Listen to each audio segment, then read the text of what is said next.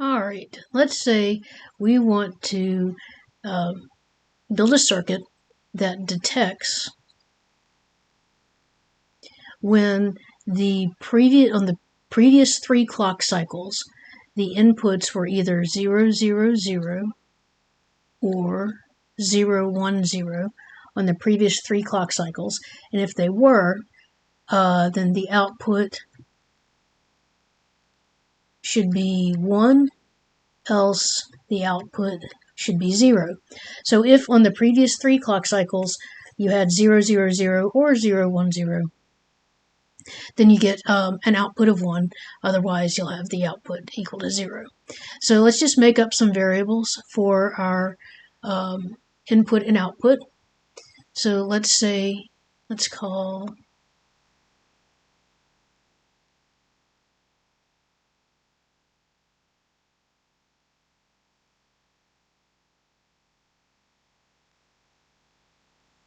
call our input variable, I'll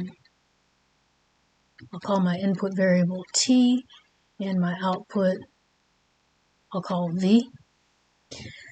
So if I always want to start these things with a reset. So I've reset, and now I'm going to start taking some inputs. So I want to look at what are the sequences of inputs that'll get me towards my goal of getting either 0, 0, 0 or 0, 1, 0.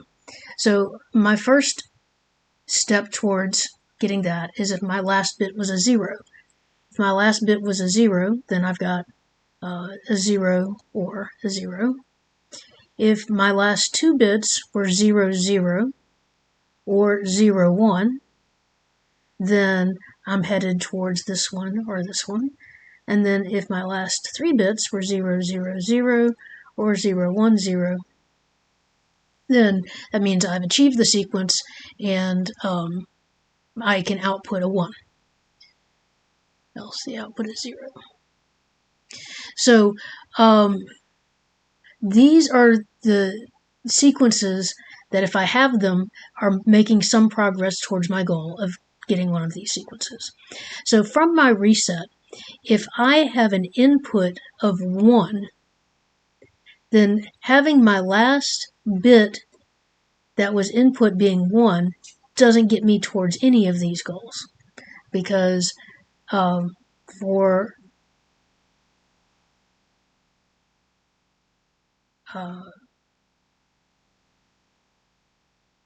all of them start with having the last bit entered being 0. Now, if I get a 0, that gets me to my first state, and I will just call that state for right now. I'll just call it the state where the last bit was a single 0. Now, from here, if the next bit that's entered is a 1, then I now have a 0, 1. So there was a 0 that was entered and now a 1.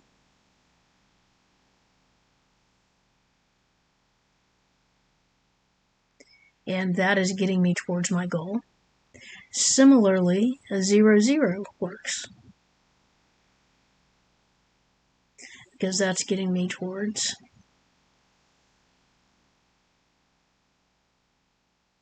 0, 0, 0. Now,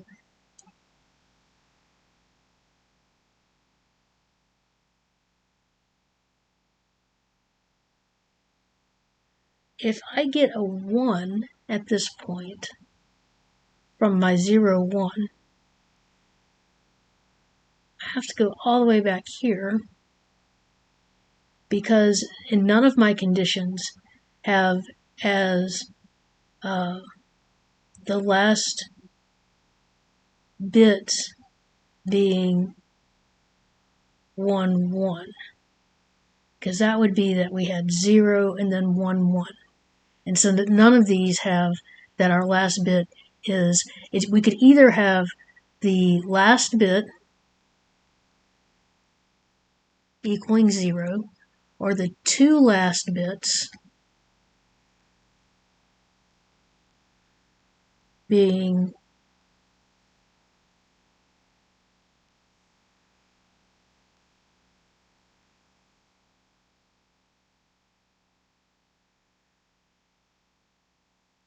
the two last bits could be 0, 0, or 0, 1, or the three last bits could be 0, 0, 0, or 0, 1, 0. And having 0, 1, 1 doesn't meet any of those because my last bit is a 1, not a 0, and then my two last bits, 1, 1, are not 0, 0, or 0, 1. So that takes me back to reset. Now, if I have 0, 1 and my next bit is a 0,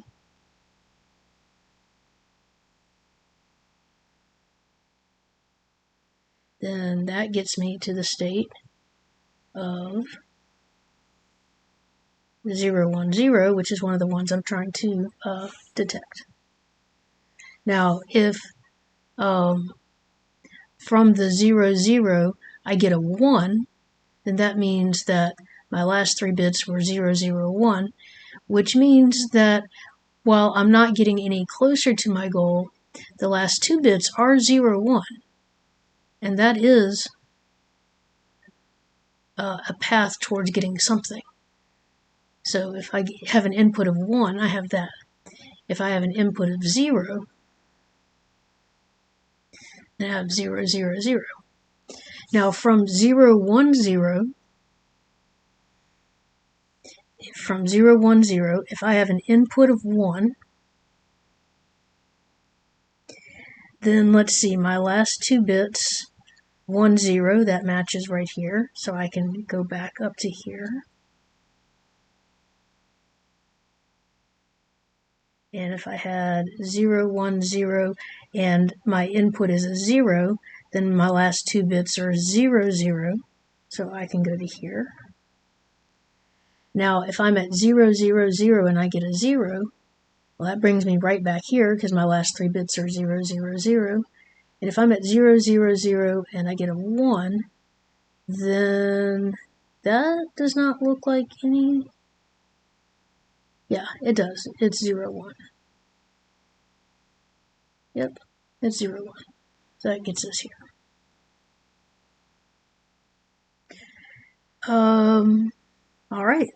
So now I'm just going to name my states. I'll name them A, B, C, D, E, and F.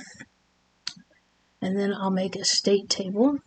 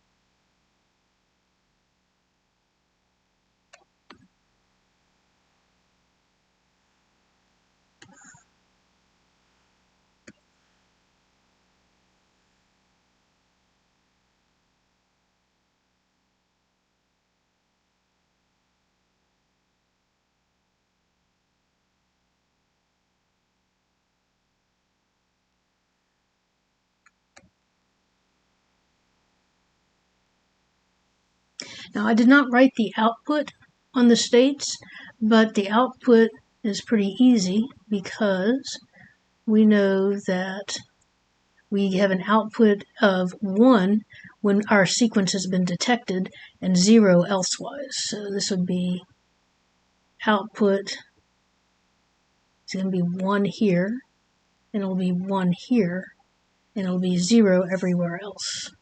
So that was on states F, E, and F. It'll be 0 everywhere else.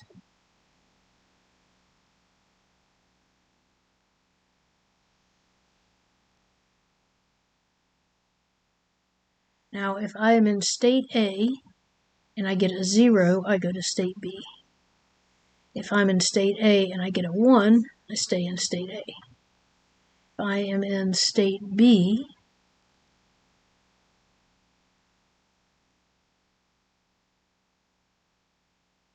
if I'm in state B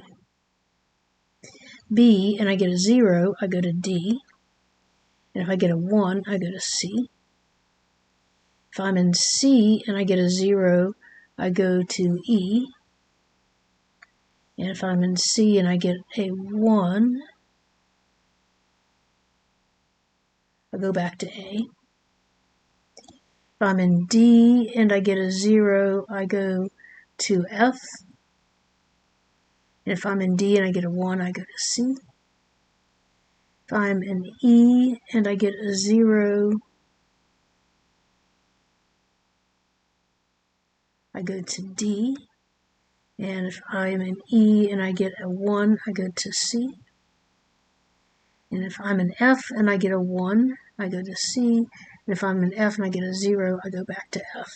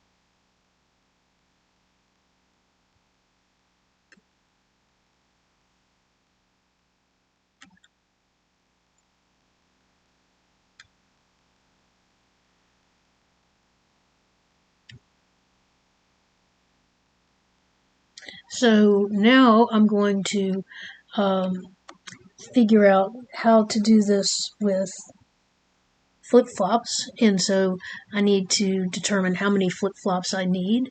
I have 6 states, and so if I had 2 states, I would need 1 flip-flop.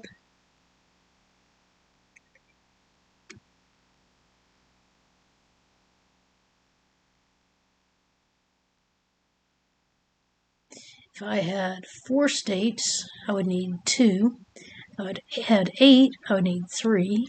If I had 16, I would need 4. You can see this is just 2 to the number of flip-flops. So if I need to have 6 states, that's more than 4, so I have to have at least 3 flip-flops. That gives me 2 extra states, but it does give me enough. So I need 3 flip-flops.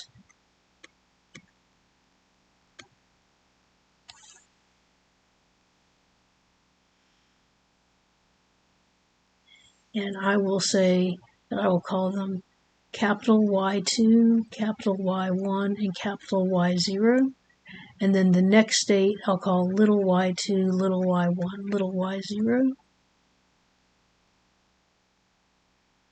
And the output, I'll call that V. Those are just made up. And so now I'm just going to replace my states with binary numbers, and I use 3 of them because I have 3 flip-flops. So you don't have to do them in order, but I usually do, at least to start off with.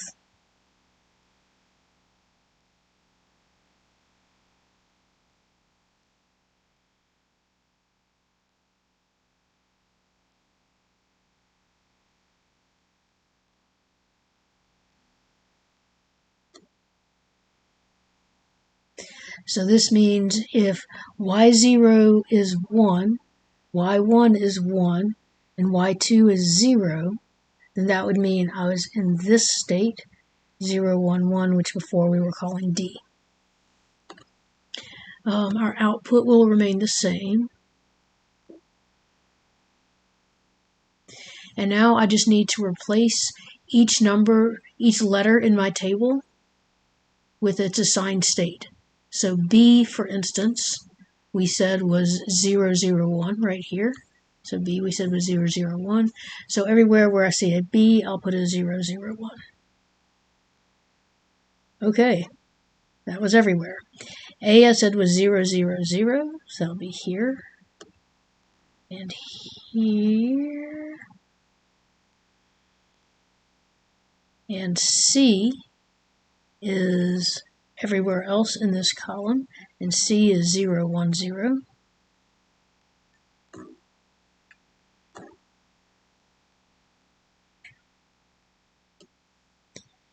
And D is 0, 0, 1. No, D is 0, 1, 1.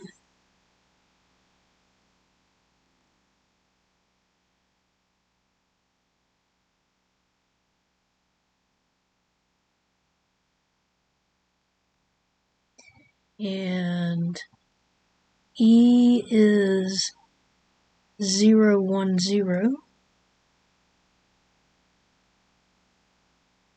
And F is 1, 0, 1.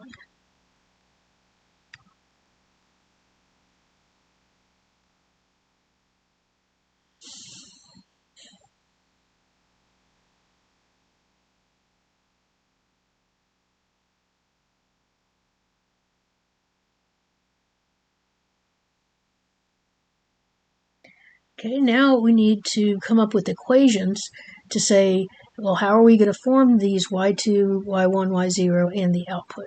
So I need 4 equations. I need y2 equals, y1 equals, y0 equals, and t equals.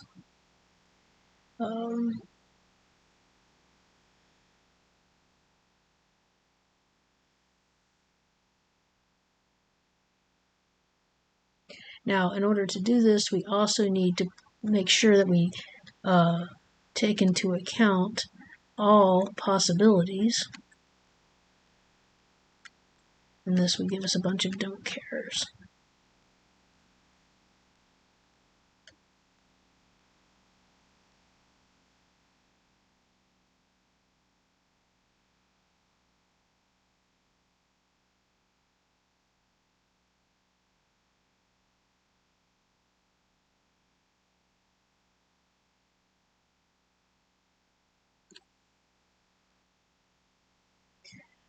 Okay, so now I'm going to figure out the equation for y0. So y0, when I look at it, that's this last column that I'm highlighting in yellow right here.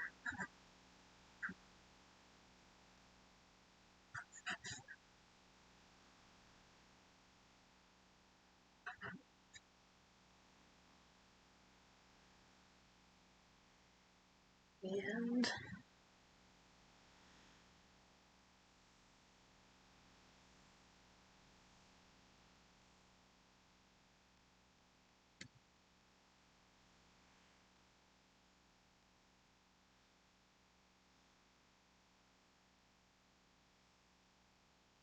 now I'm going to do it a little bit different than I normally do.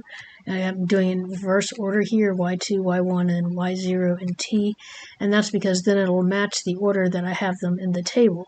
So in the table, the first column is y2, and then y1, and then y0. So I want to know when was the input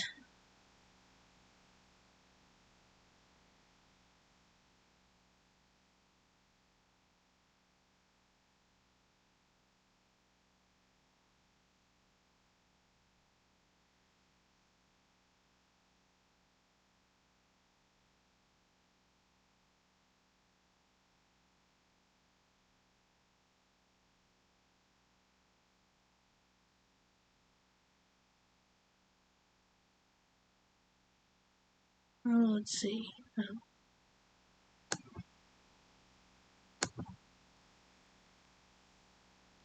Oh, this is kind of fun. I did a different assignment when I did this with the SI session, and it didn't end up with as nice numbers. But if you look at y is 0 in this second column over here, when t equals 1, y0 is always equal to 0, except for when it's a don't care. So that makes it easy. And so the don't cares occur when y2 and y1 are 1. So y2 and y1 are 1, and that happens right here.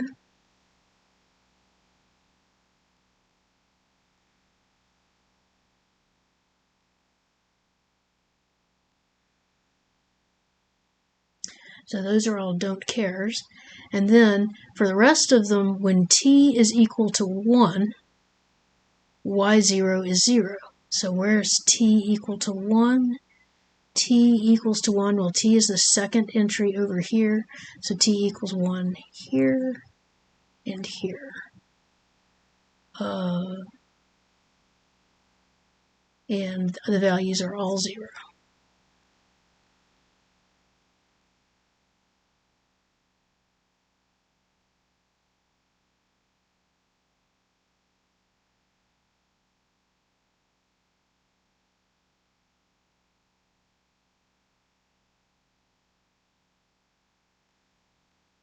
So now let's look at where t equals 0. So t is the second column over here. So t equals 0 in this row and this row. And then if we look at our state table, when t equals 0, they are pretty much all 1s except for at 0, 1, 0. So 0, 1, 0, we get a 0, otherwise they're all 1s. All right, so now I want to cover this.